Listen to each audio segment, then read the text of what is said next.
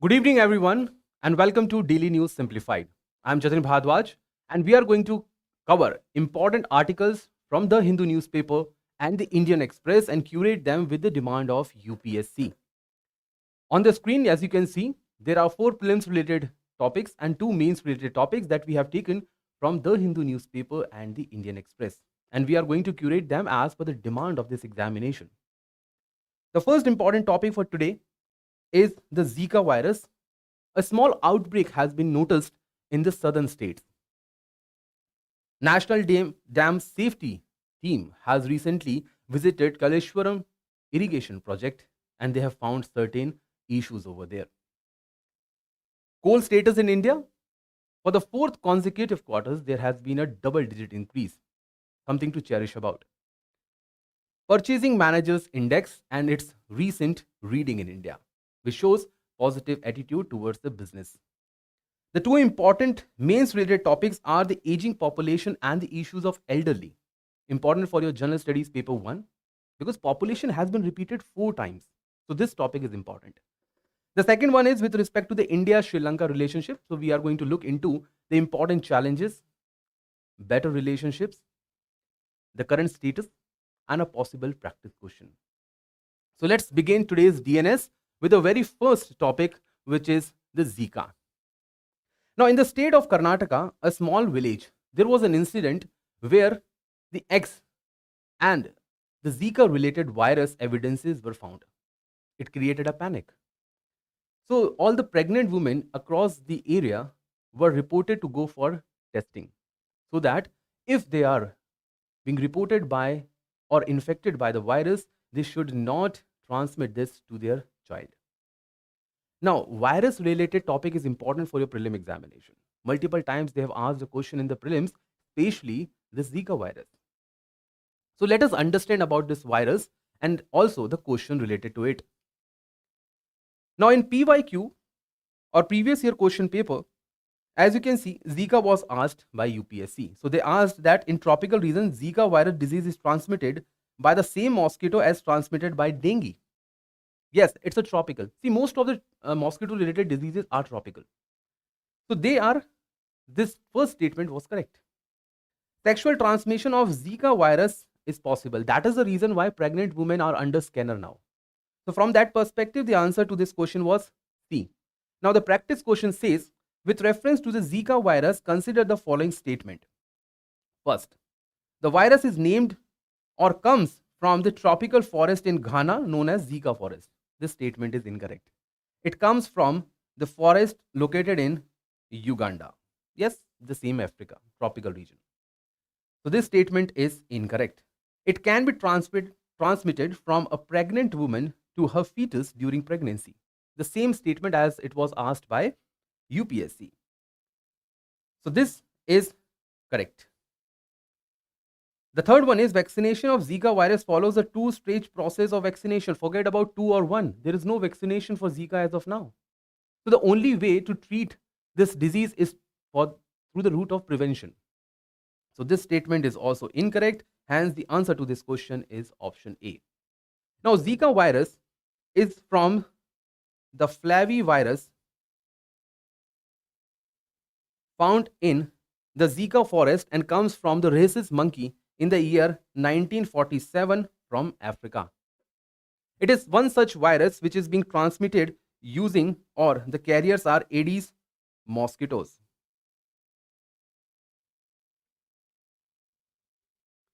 So the answer is yes, it is transmitted as that of the dengue. And hence the prevention is, because see, vaccine is not available, so prevention is only through avoiding the contact or living in the area where this virus is predominantly found. So moving to the next topic, the National Dam Safety Bill or National Dam Safety Team has found some faults in the Kaleshwaram project in the state of Telangana. Now this team is based on the National Dam Safety Authority. This authority created a team to go on an inspection. The team found out certain issues with this project. Now, from the prelims perspective, let's look into the details of this topic. In the PYQs of UPSC, we can find that they have literally asked the location of Tehri hydropower complex, which river?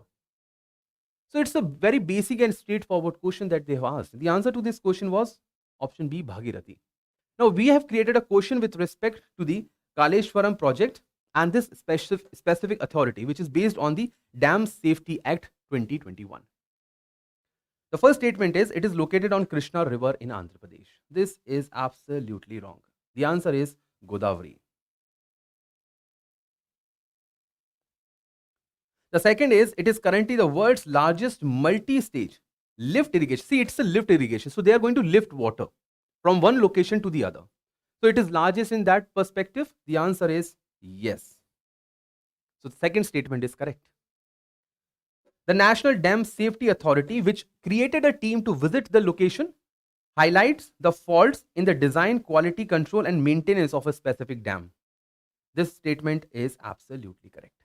See, they cover the dam with the height between 10 to 15 in very rare cases and specifically within 15 plus meters of height.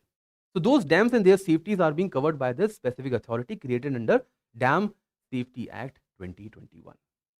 Now let's move to the next. The coal output grew by 18% in October. Good news for India because India is an energy hungry nation. Now from that perspective, we should know about the basic location of coal in India and what kind of coal is abundant or found abundantly in India.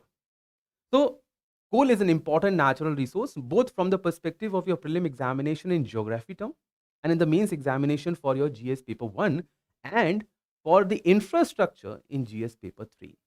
Now from the prelims perspective, we have created a question. Even in the PYQ, you can find that they've asked a question with respect to the coal in which all the three statements were correct. Now the practice question says that about 80% of coal deposit in India are coking grade. See, there are two kinds of coal that are found. One is which is mostly used for the production of electricity, power generation. That is non-coking oil, coking grade of coal. The coking grade is used for metallurgy. So when we require to create steel, we require coke, and that comes from a specific coking grade coal. Now the question says 80% of that in India is coking grade. The answer is no, it is not coking grade. The second is tertiary coal, mainly found in northeastern state of India. This is correct. Tertiary is low grade. So this is correct. It is found mostly in the northeastern states, Assam, Arunachal and others. The Gondwana coal, which is good, fields of India are located in the coastal regions. This is incorrect. It is located in the central part of India. So from that perspective, the answer to this question would be option A. Now in India, we find both. Actually, the abundance of the coal is bituminous type. The small quantity is found, which is known as anthracite, is hardly 1 or 2%, which is found in the northern part of India. Most of them is bituminous, which is found in the central part and east central part of India, in the states like Jharkhand, Odisha, Chhattisgarh, West Bengal. And from there, we procure most of our coal reserves. And it is good because we are producing the coal power plants. The next question, as you can see this particular map, this shows the location of India's coal reserves, as most of these are located in areas which are in central to east central part.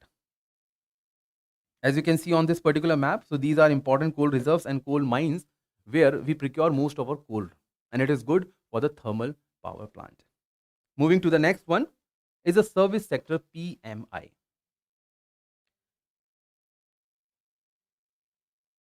PMI, which is also known as Standard and S&P Global Index to measure the sentiments of a particular industry. See, understand that this index PMI, Purchaser Managers Index, is responsible to look into the perception.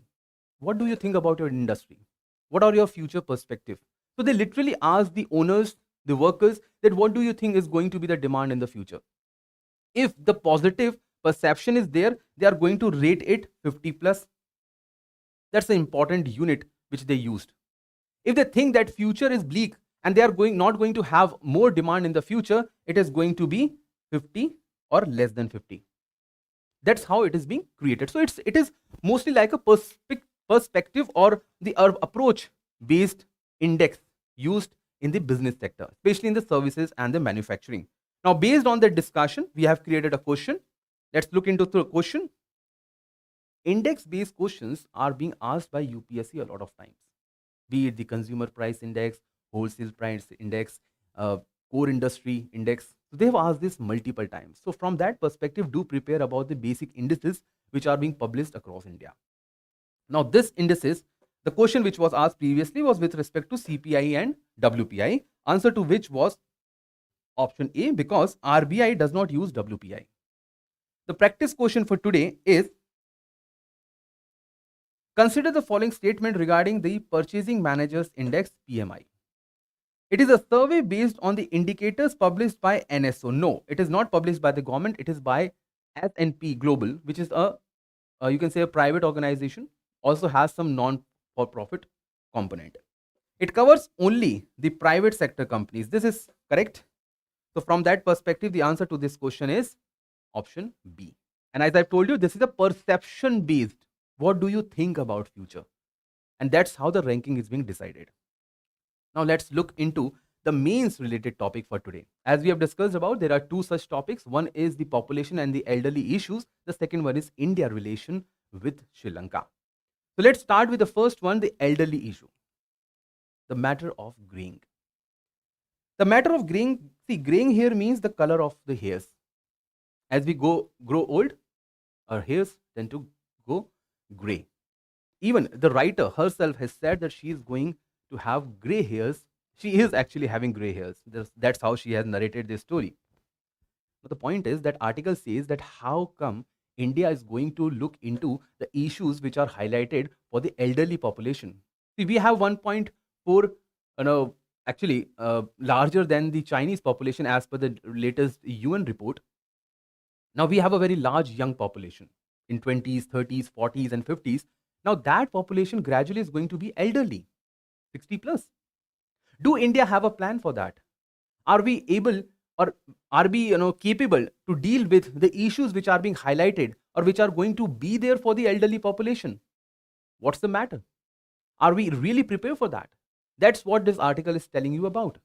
Now, from the perspective of the UPSC examination, it is easy to understand that population related issues, vulnerable related issues are directly being asked by UPSC, which we are going to discuss very shortly through 3 important questions. Now, the article says that the rising aging population and the changing demographic dividend is now becoming a hurdle for national growth of many nations, including India and China, despite having one of the largest populations, first and second rank. Why aging population is a hurdle? That's the point. And how can we deal and resolve this issue in the coming time? That is what we are going to look into. But before that, let's look into the syllabus mapping, whether this topic fits in the syllabus or not. As far as GS mapping or syllabus mapping is concerned, so it is important for your general studies paper 1. Directly, they have mentioned population and associated issue. So elderly is both an associated issue as well as the population matter. In GS paper 2, we have vulnerable section. Elderly is a vulnerable section, like scheduled castes, scheduled tribes, women, children, right? Poor people, PVTGs, they are also vulnerable sections of the society. And with respect to the health, a question could be asked. So, what's in the pipeline? We have basics first. So, before starting a dwelling deeper into the topic, let's understand population, demographic dividend, what is aging population. So, we are going to go deeper, basics of this specific topic. We'll look into the expansion of a population from the pyramid perspective. Then we will look into the question, aging population. What is aging population? What, why, and how? And ultimately, we are going to look into if a country has a very high population. Let's take the example of Japan, where there is 25% of their population is above 65. Surprising. Which is aging and dependent. How to stabilize the population? Because see, if we stabilize the population now, we will reduce the aging population issue in the future. It's true. How to deal with aging population? Forget what we have done in the past. The aging population is going to be the consequence very soon. Down 20-year, 30-year down the line, India will have that issue because already it has started. We have already have almost 10 to 12% of India's population to be elderly, 60 plus. So how to deal with them? They have many issues which we are going to highlight. Government initiative in this regard, what government has done to control the population, to provide the respect or the all requirement to this elderly population. And the lastly, is population increase good? This has now become an international debate because see, China has already started moving towards providing more population. They have asked the people, women, to go for 2-child because their demographic dividend is falling and they are thinking that they might lose it to India. India phobia, right? China is always afraid of rising India. Obviously, they are neighbors. So PYQs. First, previous year question has already have been there from this specific topic. First, they have asked with respect to the growing population and related it to the poverty. Another point, empowering women. They have given a solution. Is women empowerment can be a solution to the population? Third, they have asked about the population and then compared it with the education. So in the future, they can compare the population with the elderly population as well. So we should be ready with that. So given this specific background, let's start with the topic first. What is population? Let's start from the scratch. Population is the total number of people who are living in particular area for a particular period of time, irrespective of gender, irrespective of area. If a group of people are living in a particular area, I'm not talking about any specific country, region, district, whatever, for a specific period of time, let's say 4-year, 5-year, 10-year, decade, and so forth, that's population. Now in India, population parameters is based on decadal census. Unfortunately, could not be completed or could not be conducted because of the COVID this time. But we had the data from the last census, 2011. Then what is demography? Like cartography, geography, it's a study. It's a scientific study of population, which includes the size, structure, development, gender specific issues, right? Age structure, occupation structure, all that included in the demography. Now from demography, let's shift towards demographic dividend. Now that's something new. So demographic dividend is a potential economic growth. See, it is potential that you might achieve because you have certain number of people in the working age population. So you can't expect a 10-year child to be a soldier, to be like a working person, and you can't expect the same from a person who is already 70-year-old and has too many diseases attached. So we can't do that. Let's be practical. So the age gap between 15 to 59 in some parameters up to 64 or 65, that's, you can say, demographic dividend. Why dividend? Because we are getting something in return, and that something is economic growth. If larger section of the population lies within a specific bracket, which is 15 to 64, they will help the country to grow, because that is what we call as human capital. So if we provide them the education, if we provide them the better health, be assured they are going to give you returns, and these returns are known as dividend. Then comes, does demography changes? Yes, demography is not something still. No country you will find that they have a same population every day or every year. It will change, either increase or decrease, because of 3 reasons. People will get birth, they will die, and they will migrate. Immigration, or you can say in migration or out migration. Now, given the basics, let's look into what is aging population. Aging population is something which is 60 and above, as simple as that. So this article is actually talking about those people who are 60 and above and in future are going to rise in numbers. As of now, India has almost 10% of its population to be 60 plus given 2011 census. This is a round figure. Now what the article says that it is going to double.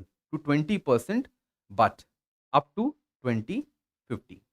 So it's a long time, right? But 20% of 1.5 billion or 1.6 billion people is huge. That's really huge. Why India's population is aging, or why any other country's population is aging? Better health services. Now we have health insurance. Large number of people are opting for the health insurance. We have Ayushman Bharat, right nutrition. People are now nutritious conscious, except those who are fond of burgers and others. People are health conscious. We have stable social structure, and it is improving every day. So the number of social conflicts, the violences, the unstable society, because violence bring threat to the people and they migrate. Nobody would like to live in a violence led society, so they migrate, and migrate changes the demography. So stable social structure and care economy, the economy that care, high insurance, high social security, where there is availability of elderly care. All these reasons together have created a good and a safe environment for people to grow. Safety. So the population is aging. As per the International Monetary Fund in 2020, increasing in the demography is a cumulative result. It's a cumulative. 5 to 10, then 15, 15 plus 10, 25, so on and so forth. It's a cumulative effect which results from longevity. So people's average age is also rising, declining fertility, and progression of larger cohort. My friend, if he or she is married and they don't want to have a child, I might follow the same. And that's what is something is happening in East Asian country, where China is the prominent one, and China is worried about that. United Nations Population Fund has talked about through a report known as India Aging Report, which says 10% of India's population is 60 plus, and it is going to double by 2050. It's a matter of concern. India should be ready for that. The another basic criteria that we should have in mind is the population pyramid. As you can see, these are 4 different types of pyramid, which shows a graphical illustration of the distribution of the population between age and sex. Now look at the first one. Blue is the male, pink is the female. In the first one, you can find out that the people who are below 15, or the population which is below 15, is large, while the population between the demographic dividend or working population is gradually increasing. Now this is what India was during 1950s to 1980s. Now this is where India is today, and we are heading this very soon to tomorrow, gradually shifting in a transition manner. Now here in the second stage, you will find that the working population is expanding right now. In the third stage, the working population is expanding but also declining at the last. And the last stage is the one where the young population is declining, which shows that the demography in the future is going to be small. Here is where China is concerned. Why? Just look into it.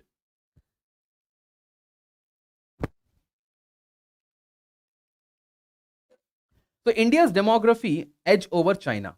Many demographic scientists across the world has said that India is going through that phase where it can leverage the higher demography and provide and gets the dividend out of it. Now look at this pyramid. India's population, the younger population, has more width, which is the percent of the population lower than 50, 55 is larger in India if you compare this with China, because China, it is falling. So China's future is bleak from the policy perspective, and India's future seems to be good. But this is just a matter of 30 years.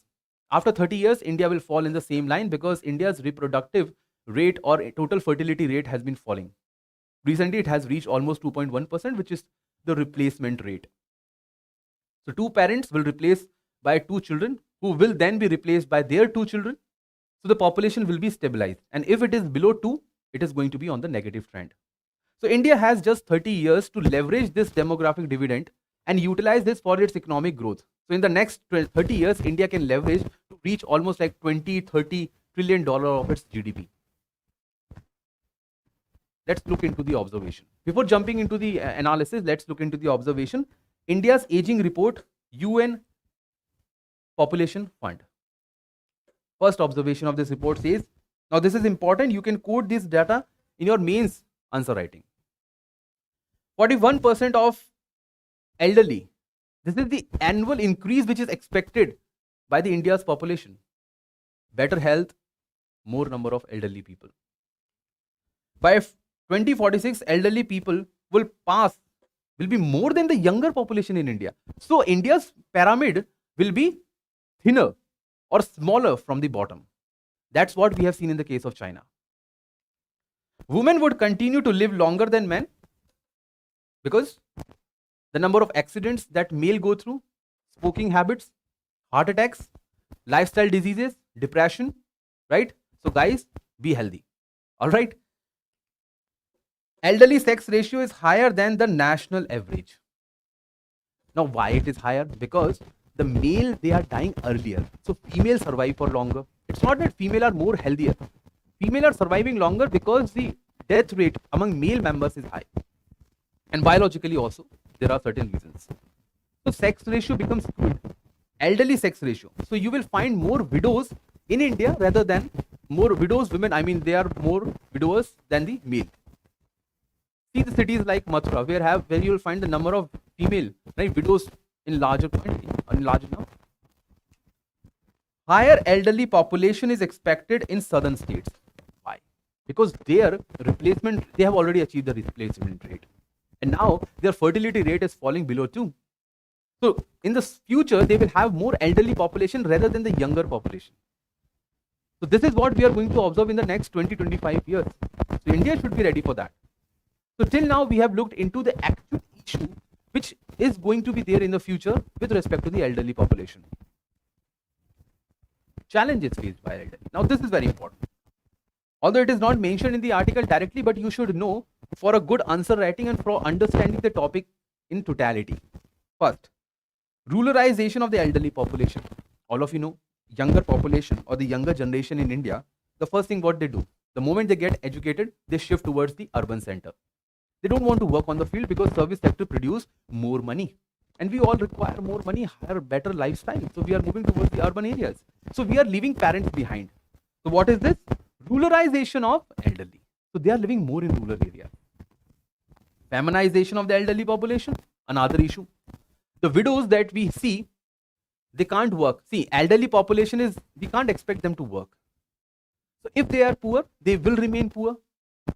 If they are unhealthy, they will remain unhealthy because there is no one to look for them. Plus, male members don't survive for long, females survive for long, and that's how we have widows. The more widows we have, that is what is known as feminization of elderly population. Another issue. Economic challenges to the widows. They can't work. They have poor health. So their economic condition goes down. Female elderlies have one of the highest poverty rates, or you can say ratios, if they belong to rural background, if they belong to the family which does not have land, or landless families, or they don't have a, you can say, the successor or the survivor or the next generation. The burden of lifestyle diseases, especially with the men, diabetes, heart stroke, depression. Surprisingly, it is now becoming a part of the people who are in 30s. But yes, the number of people who are in this 50s and 60s and beyond that have more such issues. So start working today. Then elderly poverty. Because of the above reasons, most of them ended up in elderly poverty. Every family does not have a government job, so they are not associated with the long-term pension. If they don't have a secured income sources, they are bound to enter into the phase of poverty, given they don't have anyone in their next generation to provide support for them. Given these challenges, now look into the challenges which elderly population poses to a nation and a society. Yes, sometimes the large elderly population becomes a burden for the society. And I'm just talking it from the perspective of economic, not the emotionals. First, low share of labor force. If everyone is elderly And if there is a high ratio of elderly population, who is going to be the labor force? Who is going to work in the IT sector, in the mining sector, and many other sectors? Even on the agriculture field, you can't expect a person who is 85 years old is going to work on the field. So the labor force is going to reduce down. So human capital will be less. Then we have few taxpayers. They are living on pension. How can we expect them to pay tax? So the taxpayers will reduce. If taxpayers would reduce, the wealth generation to the government will be low. From where will the government get? Income tax in a developed country is the best form of taxation. We all know that, because we have to reduce the incidence of taxation under indirect taxes. But we can't expect higher income tax from the elderly population because they have to survive. So overall, there will be a circle, a vicious circle, where higher elderly, low income tax, low wealth generation. Pension payment burden on the new or the next generation. If I am going to be 17 years or 70 years old, who is going to pay for my pension? Okay, government is going to pay, or any pension fund is going to pay. From where they are going to collect the money? Of course, the taxation. And we already know that there are discussion on the old pension scheme to be written back. So the future generation is going to have this burden on the healthcare infrastructure. Imagine 25% of India's population is elderly. Don't you think we require more number of hospitals, more number of beds? And imagine a situation if COVID-like conditions are there in future. Who knows? China may create another virus. So if such kind of conditions are there, or if such kind of health issues are there, we have to deal with that. So it will increase more burden on the healthcare sector rather than reducing it. Increasing the dependency or dependency ratio. 25% population of India will be dependent on the other 50% or 75%. With no income in their hand, they can't work, they are unhealthy, and they are totally dependent. Changing consumption pattern. Elderly people have different consumption pattern, which will changes the consumption pattern at an economic level. Now, when it changes at the economic level, it will changes the producers who are producing the food. They will require different kind of gadgets. Now, elderly even today, I mean, they can't use all kind of features of a smartphones. So the consumption, the things that they will require would change the economic consumption pattern. Increased insurance demand. And given the India's condition, we know the insurance penetration in India is very, very low, despite having all those schemes. So they require more insurance. And that is going to put a pressure on the economic sector. And the last one is changing family dimension. More dependent people, more feudal relations, you might say. Because we are living in a world where every day new nuclear families are being generated. So the number of families where 3 generation or 4 generation are living together are reducing down in their numbers, and more nuclear families are being generated. So more the elderly population will change the dimension socially, that the number of nuclear families will be more, and the 3 generation family, 4 generation family will be reduced. Means to control population at present. Let's start from the present time. Instead of looking into the future, let's start from the present time. How can we control population today? The first mean is what we have done so far. See, what government has done so far is the National Population Policy 2000. Surprisingly, they have not updated it. So it is now 23 years old, meeting the same demand. So they have started this. Even before that, we had clinical approach, we have cafeteria approach, and all those sterilization things that we have followed. What we are doing right now is we are emphasizing on tuberculotomy and vasectomy, especially the non-scalpel, where the incision is small so that there is no afraid of failure. We have the compensation scheme for the sterilization. So in physical format, like there's a case in Rajasthan where district magistrate provided small goods like a juicer, mixer, grinder, a sewing machine to the families who go through this kind of sterilization. Improving contraceptive supply in remotest area. That's more important thing. See, uh, accessibility of contraceptive devices like pills and condoms and all those are easily available in urban areas. But providing them into the remotest areas, let's say the northeastern states or in the Ladakh, providing them to the door to door is very important because that's what the population control can be. So here government has started the role of ASHA, accredited social health activist. They are providing home delivery of contraceptives and providing education or the awareness on family planning. Mass campaign in the form of display of posters, billboards, and other audio and visual materials so that people became vocal about family planning. They should talk it among their family members, to their spouse, to the people at large that we require family planning to control the population. And that's the reason why you must have heard about Hum Do and Hamare Do. That was a campaign which was used by Government of India to reduce down the population and bring the replacement rate. ASHA to be utilized for counseling newly married couple in rural areas, because rural area population is high in India. So if rural area population can be controlled, especially in the states like UP and Bihar, large number of goals will be achieved. Jansankhya Sthirta Kosh Population Stabilization Fund was created to provide money to all these important initiatives that government is taking. And lastly, intersectoral collaboration with private sector, NGOs, civil societies and international organizations like UN Population Fund is going on the part of the government to look into the initiatives and reduce the population. Other means, focus on quality of education. See, all these are the things that we have mentioned. You can use this as a possible way forward on how to control population or what government is doing to control the population. Best in class maternity, health and childcare. So you must have heard about different programs like Janani Suraksha Yojana. So these are being provided, Lakshya and others, to provide clean environment for institutional delivery. There are many states like the state of Kerala which has achieved 100% institutional deliveries. So other states can replicate that. Reducing the regional economic differences. Please remember this. Higher the poverty, higher is the population growth. Because people think that survival is dependent on reproduction.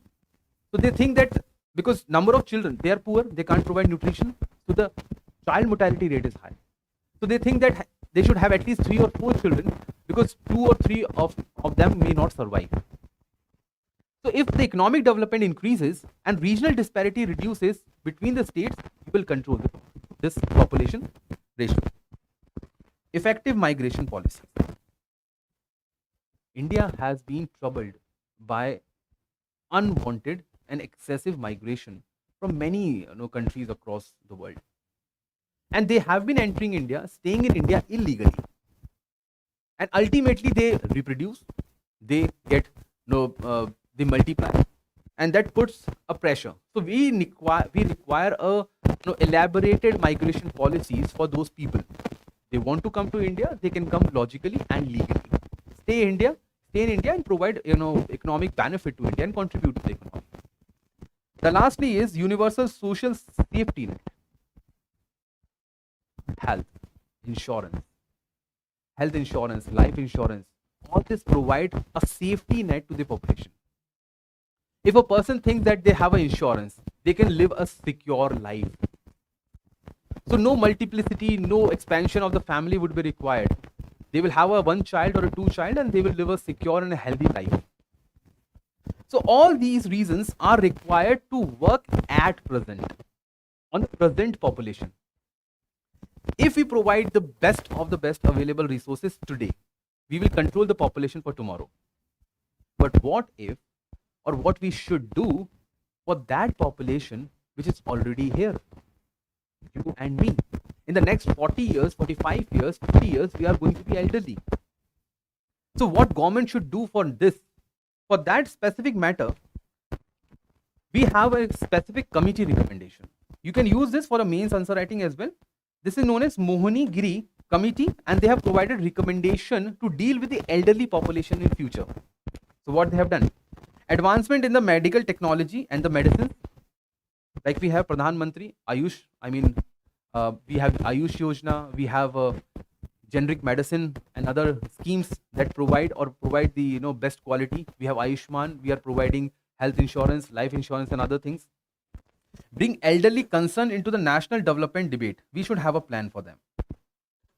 5-year plan, 10-year plan, that how we should look into them. For example, we have a Vyoshri scheme, which look into the health issues. Then promote the concept of aging in place, not shifting them. Why widows are forced to shift from their existing or their hometown to Mathura? Okay, if they have devotional perspective, they can visit, but they should not be forced to leave their households. The younger generation should not leave them. They should grow old in their hometown, in their house. For that, we need to provide them home, housing, income security, home care services, pension, healthcare, insurance, and many other things. That's what India is as of now doing. Bring all age or old age homes under the regulatory perspective or the purview. Why? To look into the perspective through centralized manner. How many elderlies are living? What are their health conditions? Whether they require some different kind of approach. All these things should be centralized. Encourage the creation and the running of elderly self-help groups or NGOs. Although we have many such, but promotion to the other is not something wrong. Enhancement of the geriatric care, that is elderly care, and elderly's abuse awareness campaign, especially which we have seen because of the generation gap, that son, daughter, or the daughter-in-law, they ill-treat their elderly, or the parents, or sometimes society ill-treat them. So in that case, they require awareness. Both the parties, the younger generation and the elderly generation, they require awareness to be in harmony and not to ill-treat each other.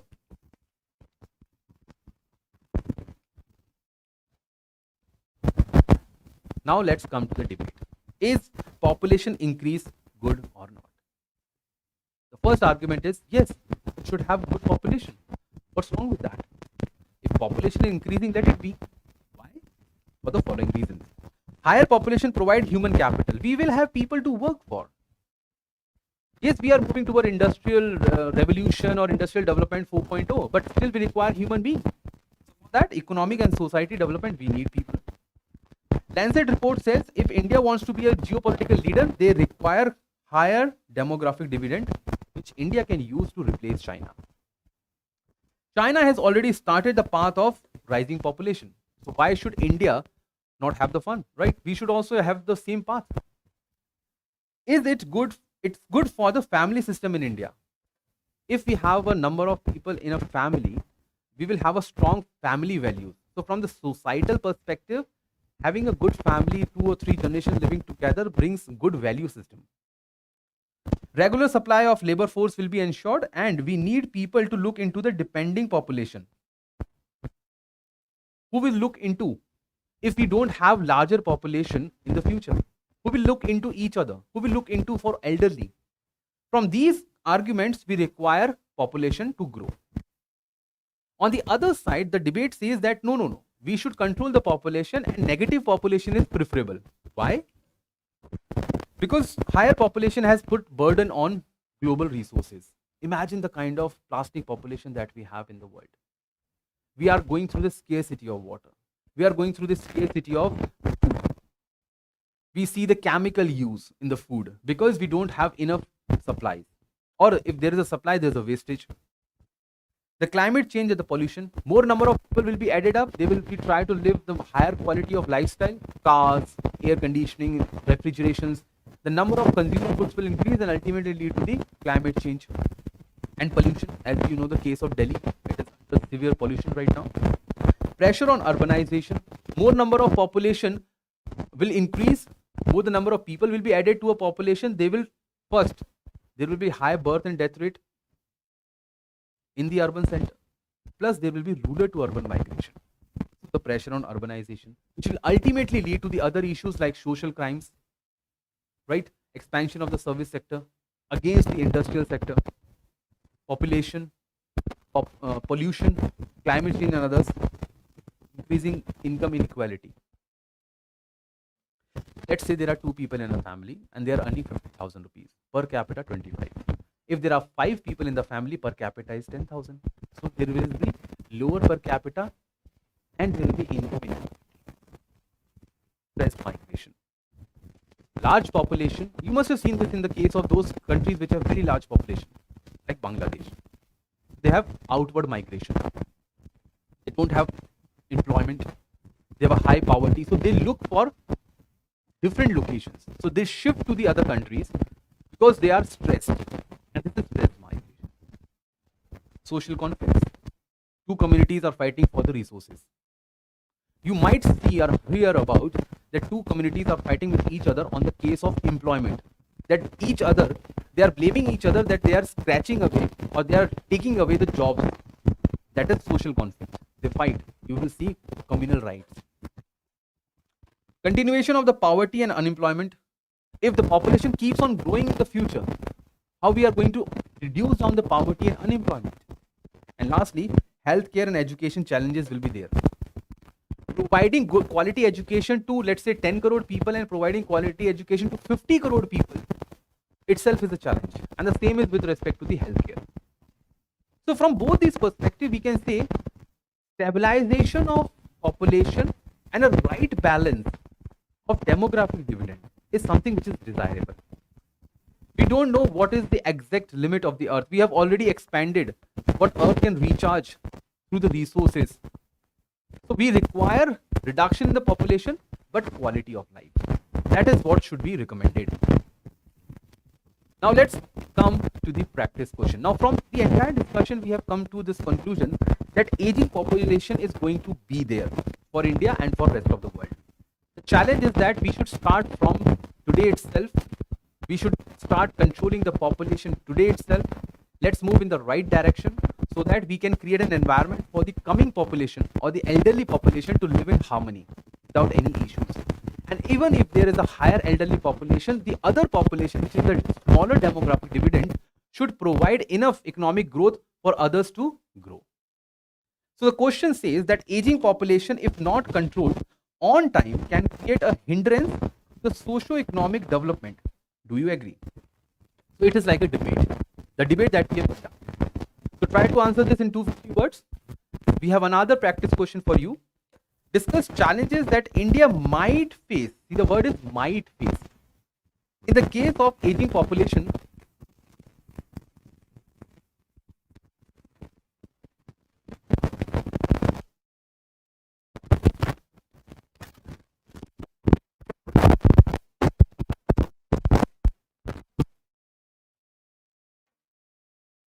sorry for the delay. There was some issue with respect to the sound. So the second question is discuss challenges that India might face in case of aging population in future. How can these challenges be addressed? Challenges, way forward with respect to the aging population. The second question is very important. Do prepare for this question from the material that we have discussed. Now let's move to the last topic for the day, which is now, if you want to learn more on Indian society, so we have a website of known as Compass for Raus IAS. You can go through the website, and this is how you will face the interface, and this is how you can prepare your respective GS papers. It's a one-stop solution. All your society-related topics will be completed from here. It's a one-stop solution. All material is being provided. It is free of cost. You can go through all the material and prepare thoroughly along with the PYQs. Let's move to the last topic for the day, which is India-Sri Lanka relationship. India is collaborating with Sri Lanka on the debt structuring and economic recovery. See, Sri Lanka is going through the economic stress. Why? They have high burden. They have high debts. And because of that, they are now shifting towards India to provide help. Now, India's relationship with Sri Lanka is from the syllabus mapping GS paper 2, which talks about the international relation. In this, there's a word which is given India and its relationship with the neighborhood. So Sri Lanka is India's neighbor. Bilateral, regional and global groupings, agreements involved India and affecting India's interest. So wherever we are signing any specific agreement, like India has signed free trade agreement with Sri Lanka.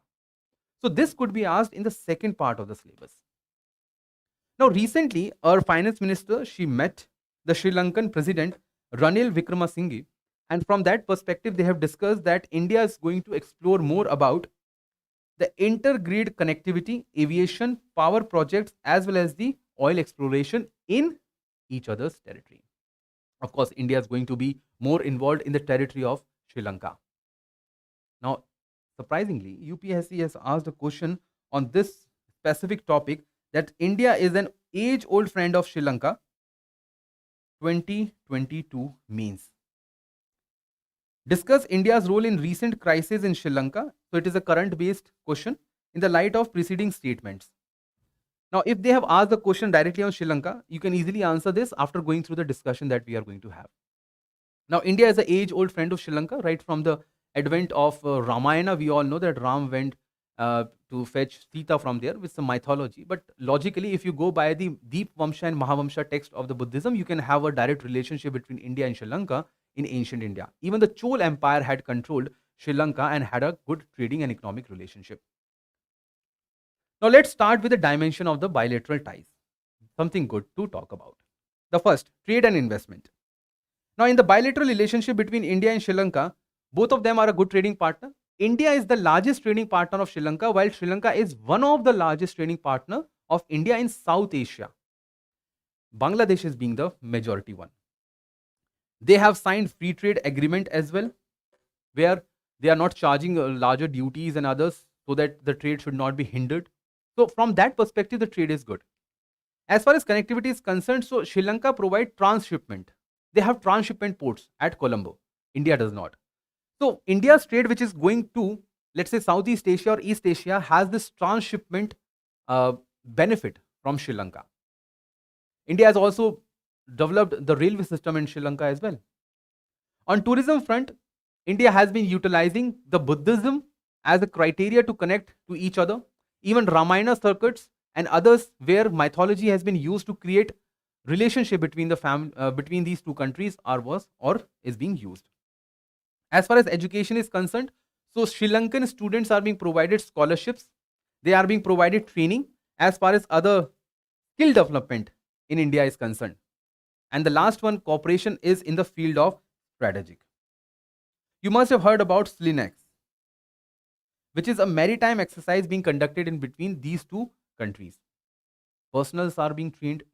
They have been participating in international forums such as SARC, BIMSTEC. So on strategic front as well as the energy development, both these countries are very good partner to each other. So from all these 5 pointers, we come across that both of them are good partners to each other.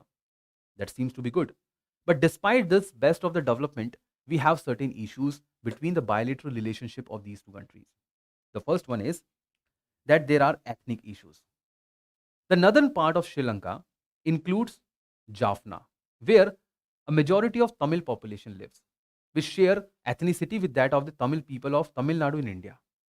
And historically, they have been subjected to the human rights violations. There was rise of insurgency, LTTE, which became a hurdle and you can say a headache to the Sri Lankan authorities. India did play a role over there. We also lost the prime minister. From that perspective, it remained a very important bilateral and international issue. Now, these ethnic groups or Tamil people requires more participation. They don't have important political rights, 13th Amendment and the issues associated with that. So they require more participation. Whenever India try to talk about that, there are bilateral issues. The second is UNHSRC resolution.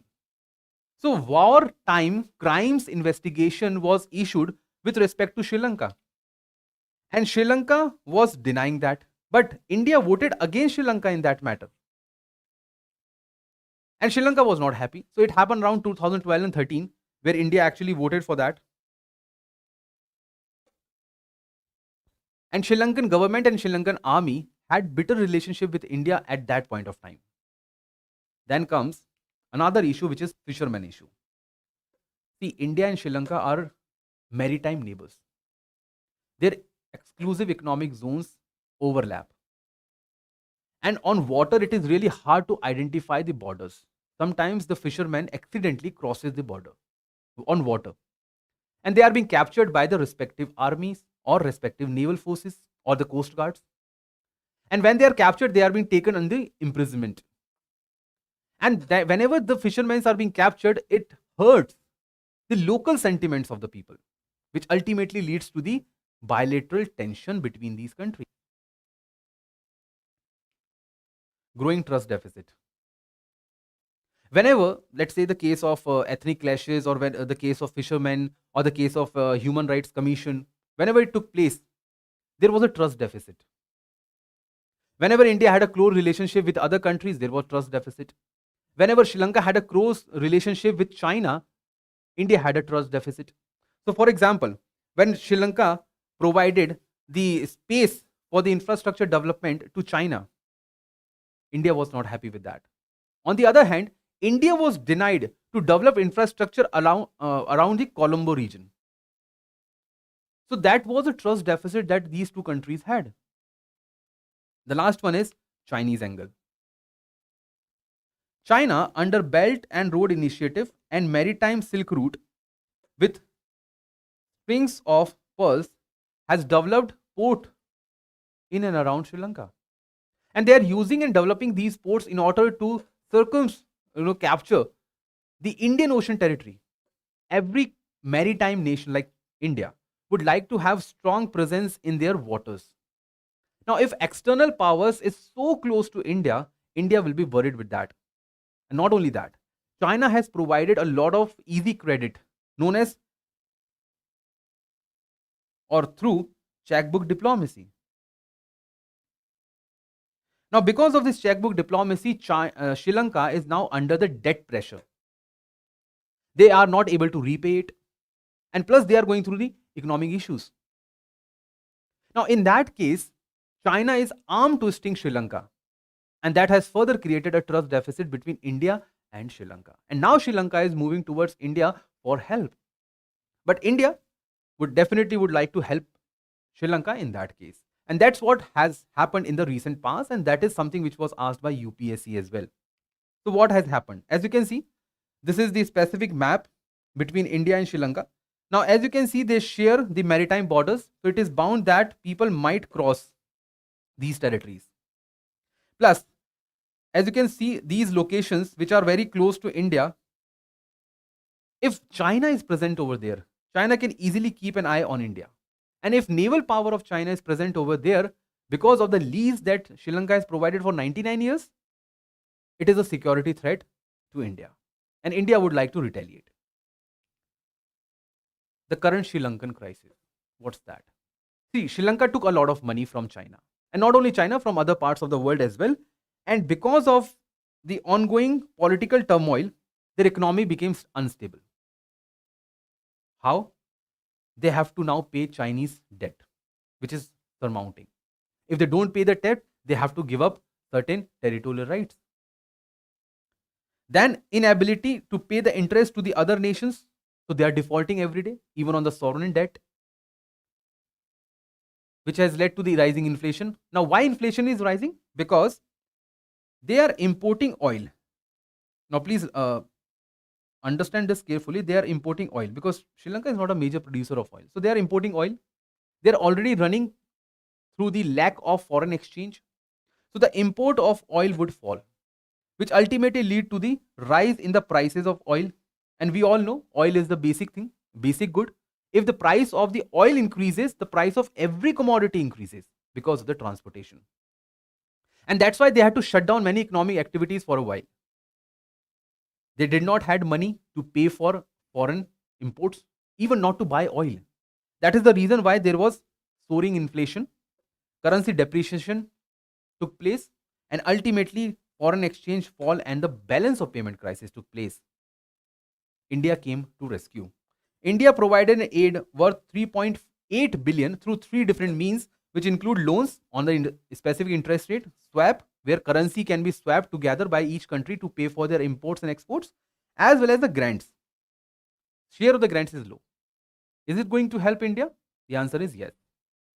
It will boost India's image as an important responder to any crisis in South Asia, despite being called as a big brother having an attitude. India does not have an attitude. We are just responding to the issues of you can say Sri Lanka.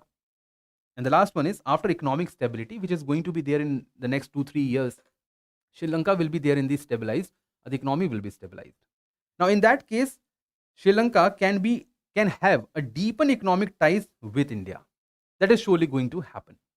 Now, if all these things goes on, India and Sri Lanka will deepen their ties given the kind of economic hardship Sri Lanka has gone through. And the present visit of the leadership across the countries proves that Sri Lanka is now coming back to its all-weather friend.